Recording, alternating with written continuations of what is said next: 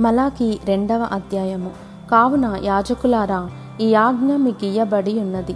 సైన్యములకు అధిపతియగు యెహోవా సెలవిచ్చినదేమనగా, మీరు ఆ ఆజ్ఞను ఆలకింపకయు నా నామమును ఘనపరచునట్లు మనఃపూర్వకముగా దానిని ఆలోచింపకయు ఉండిన ఎడల నేను మీ మీదికి శాపము తెప్పించి మీకు కలిగిన ఆశీర్వాద ఫలమును శపింతును.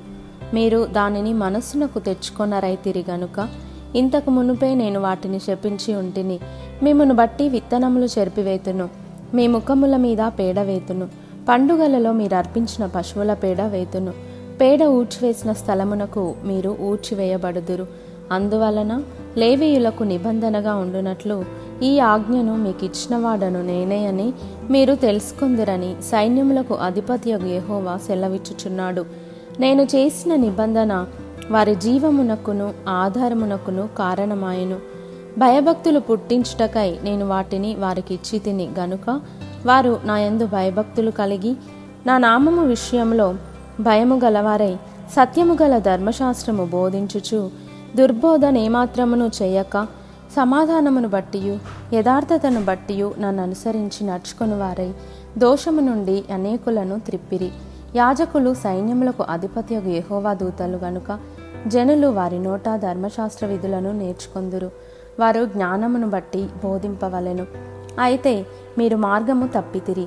ధర్మశాస్త్ర విషయంలో మీరు అనేకులను అభ్యంతరపరిచి లేవీయులతో చేయబడిన నిబంధనను నిరర్ధకము చేసియున్నారు.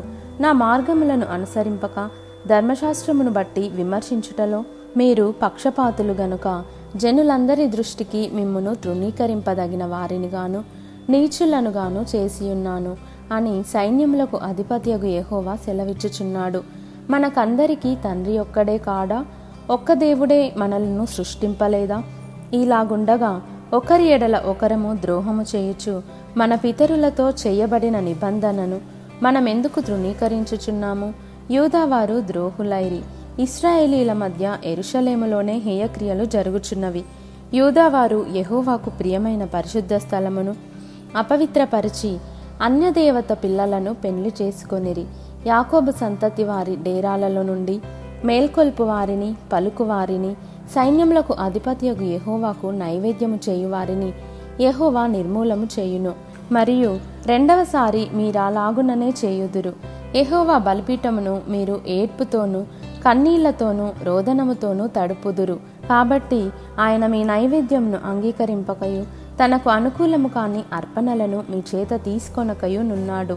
అది ఎందుకని మీరు అడుగగా, యవ్వన కాలమందు నీవు పెండ్లి చేసుకొని అన్యాయముగా విసర్జించిన నీ భార్య పక్షమున యెహోవా సాక్షి ఆయను.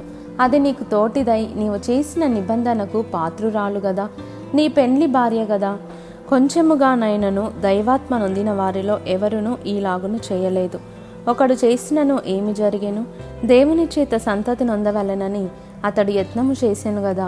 కాగా మిమ్మును మీరే జాగ్రత్త చేసుకొని యవ్వనమున పెండ్లి చేసుకొనిన మీ భార్యల విషయంలో విశ్వాసఘాతకులుగా ఉండకుడి.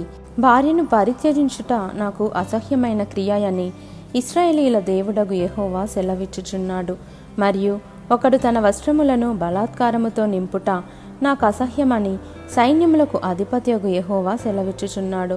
కాబట్టి మీ మనస్సులను కాచుకొనుడి, విశ్వాసఘాతకులు కాకుడి. మీ మాటల చేత మీరు యెహోవాను ఆయాసపెట్టుచు దేని చేత ఆయనను ఆయాసపెట్టుచున్నామని మీరు అడుగుచున్నారే. దుర్మార్గులు యెహోవా దృష్టికి మంచివారు, వారి యందు ఆయన సంతోషపడును. లేక న్యాయకర్తయగు దేవుడు ఏమాయను అని చెప్పుకొనుట చేతనే మీరాయనను ఆయాసపెట్టుచున్నారు.